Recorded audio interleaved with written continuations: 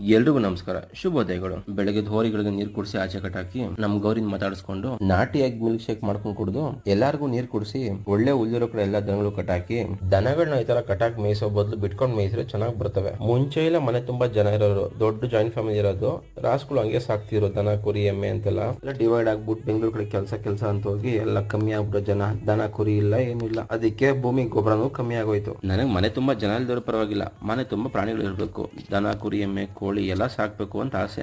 ಮುಂದಕ್ಕೆ ನೋಡೋಣ. ಇದ್ರ ಮೇಲೆ ಮಣ್ಣು ಓಡಿಸ್ಬೇಕು ಅಂತ ನೋಡಿದ್ರೆ ಎಲ್ಲ ಕಡೆ ಮಳೆ ಬಿದ್ದು ತ್ಯಾವ ಆಗ್ಬಿಟ್ಟಿದೆ. ತುಂಬಾ ದಿನ ಆಗಿತ್ತಲ್ಲ ಆಚೆ ಹೋಗಿ. ಹಾಗೆ ಕಾಸುಗಳು ತಿಂಡಿ ಬೇರೆ ತಗೋಬೇಕಿತ್ತು, ಪ್ಲಸ್ ಕಟಿಂಗ್ ಬೇರೆ ಮಾಡಿಸ್ಬೇಕಿತ್ತು. ದನಗಳು ಬೇಕಾದ ತಿಂಡಿ ಎಲ್ಲ ತಕೊಂಡು ಹಾಗೆ ಹಸು ಕಟ್ಟಕ್ಕೆ ಒಂದು ಊಟ ಬೇಕಿತ್ತು, ಅದನ್ನ ಮಾಡಿಸ್ಕೊಂಡು ರೈಸ್ ಮಿಲ್ಗೆ ಒಂದು ಮೂಟೆ ಕ್ಯಾಸೆ ಹಾಕಿಸ್ಕೊಂಡು ತಗೊಂಡಿದ್ ಜೋಳನ ಫ್ಲೋರ್ ಮೇಲೆ ಪೌಡರ್ ಮಾಡಿಸ್ಕೊಂಡು ಎಲ್ಲಾನು ಕರ ಹಾಕೊಂಡು ತುಂಬಿಕೊಂಡು ಕರು ತಿಂಡಿ ಬೋಸಿ ಹೊಡೆದಾಕಿತ್ತು ಅದಕ್ಕೊಂದು ತಗೊಂಡು ಲಾಸ್ಟ್ ಹೇರ್ ಕಟ್ ಮಾಡಿಸ್ಕೊಂಡು ಹೇರ್ ಸ್ಟೈಲ್ ಹೆಂಗಿದೆ ಅಂತ ಕಮೆಂಟ್ ಮಾಡಿ. ಮನೆಗೆ ಬಂದು ಮೂಟೆಗಳನ್ನ ಒಳಗಿಟ್ಟು ಹಸುಗಳಿಗೆ ತಿಂಡಿ ಹಾಕಿ ಕಲ್ಸಿಟ್ಟು ದನಗಳಿಗೆ ತಿಂಡಿ ಕೊಟ್ಟು ಒಳ ಕಟ್ಟಾಕಿ ಎಲ್ಲಾ ಕೆಲಸ ಮುಗಿಸಿ ಮಲ್ಕೊಂಡೆ.